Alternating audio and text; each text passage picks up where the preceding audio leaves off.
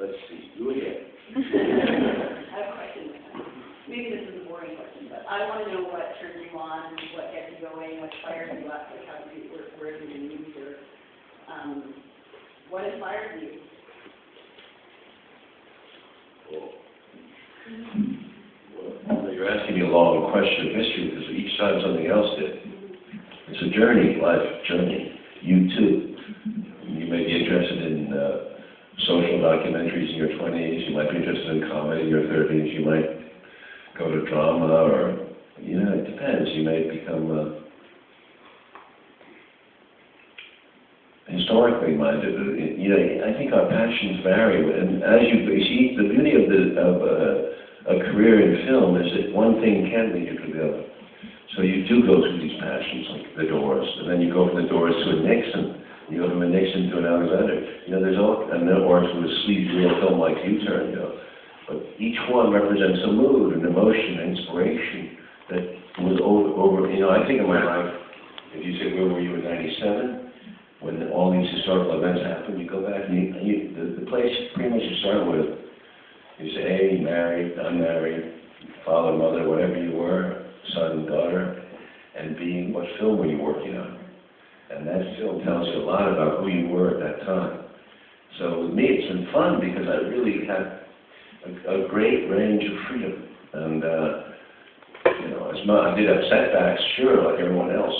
But, at the end of the day, God, I got to play a lot of different roles, And so my life is it's just who you are. I was thinking about that tonight, about authenticity, about being who you are. But, being who you are is also allowing it to happen. Because sometimes you don't know, and you want to control it and manipulate it. And it's that balance between letting things happen and sort of guiding them too, So each one of you is going to go on a different journey once you get out of here. You're already on one.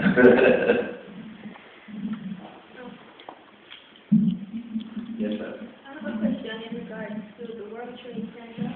I was really amazed at how you managed to recreate that event, especially in the exterior shots.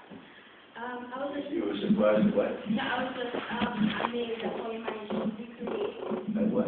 The actual events of the World Trade Center. And I was just wondering how difficult was that, especially in doing the exterior shots and having the buildings collapse and all of that. And did that have any effect on the New Yorkers that were around? Did it have any effect on what? On New Yorkers that were around the area? Did you shoot in New York? The World Trade Center was a nightmare to shoot. It was a very difficult shoot, not only for political reasons of not offending the New Yorkers. So much sensitivity in America, as you know. It's a very hot wire issue, nerves. And we had to shoot a lot of it in New York, a third of it in New York. So we shot with the cooperation of the Port Authority, but the limitations were strict. We were only allowed to go 2 blocks north of the Trade Center to shoot, which we got on film. But they did not want any violence at all in Lower Manhattan. As I said, they didn't even want extras in the camera looking up, because of the buildings. So there was a lot of powerful grief there. So it was hard. And then we shot. We had to make it seamless. We went back to Los Angeles. We built we shot in some of the downtown LA, and we built the World Trade Center itself, the rubble. And then we built these, which was a huge set of about an acre. And then we built huge holes, the holes where the men were buried, in a cavernous hangar. The holes hung from the ceiling halfway. And we built them along the lines of modules so that we could split them off, segment. You could put actors and crew and cast into holes, get them in and out without too much time being wasted. So the holes are complicated technically, and you could shoot from the bottom, the top, and sides. And it was a rough shoot. A lot of smoke, debris, not toxic smoke, but nonetheless, it does get in your lungs. And I think it was exhausting in the night shoots. We got 40 or 50 firemen, rescue workers, first responders to come out from New York play themselves in the rescue scene, which was crucial for us because not only does it give us an authentic feeling, but it also gave us like the New York accents, which we didn't have in Los Angeles. It was a beautiful experience for me because I'm from New York originally. I was born there, so it was a chance to get back to my New York roots a bit and talk to and be with real New Yorkers. I loved the experience and very happy with the movie. Yes, the blonde who looks like Paul Bettany. Two questions about your Castro documentary. First, when did you decide that it would be a documentary as opposed to a dramatic feature? First what? When did you decide it would be a documentary as opposed to a dramatic feature like other, historical films we've made? And how difficult was it to actually go to Cuba and interview Castro? How cool was it? Or how difficult? How difficult? First of all, it was never going to be a feature because the Castro movie, it's a great story. It's a great story. But, they did try and tell it once or twice already on film. And it's an easy one to botch, and I don't really know enough about the subject. My thrill was simply to pick up a camera, and I was in a different mood. I'd done a lot of films, and I've been burned out a little bit. And it was a chance just to pick up a camera quickly, go down to Cuba because we had good connections with the Spanish producers. They got us in, and most journalists I found out later, I really didn't have a clue, had really waited to see Castro for sometimes months on end, and he kept stringing them along. He's not that easy an interview. So I wrote a little letter to him because we were stalled for 2-3 days, and I was bored. I said, look, I'm getting out of here. I'm a director, what the fuck? You're an actor in my fucking movie, So that was my attitude. And I wrote I think it was a nice letter, and he responded right away, and he brought us in for one of his legendary 6-hour dinners. You've heard about those. Started at around midnight and ended at 4 or 5. And he trusted us after that, and he gave us enormous access on 2 different occasions for 3 days of at least, I would say, at least 6 to 7 hours of filming a day.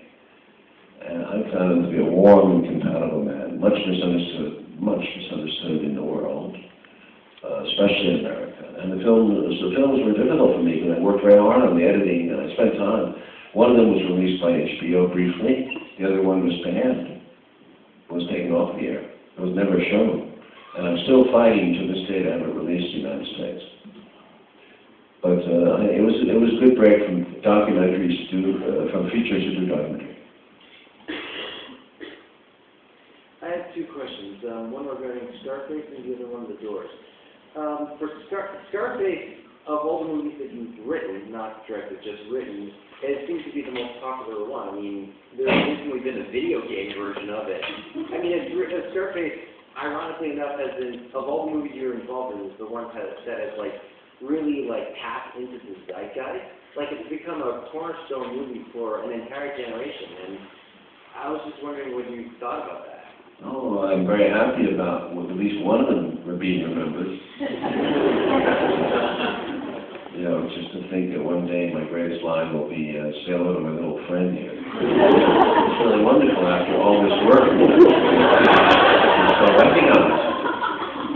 It shows you, if anything, how superficial the movie business is. I mean, truly, truly shallow. And I think I'm not the first one to think myself a bit of more talented than that, but I think most Hollywood writers and directors have to have a little sense of humor about this thing, because often the films that really matter to you are the ones that are busting door, and the ones that you do with a little bit of élan and craziness, like National Born Service, I remember, the Doors. I mean, I'm a funny filmmaker because wherever I go in the world, people always come up to me about different films. It's like I don't get a consensus. Certain places it'll be a JFK. Other people will say U-Turn's my favorite. It's a strange world. Platoon, Mainstream, Salvador for others. So it's not like they're always talking about the same 3 films. So when you talk about Scarface, you're talking about a very extreme immigrant story done as a satire, big way. That caught on in a way. But it was brilliantly marketed. The catch-on was marketed by Universal. So it's about marketing.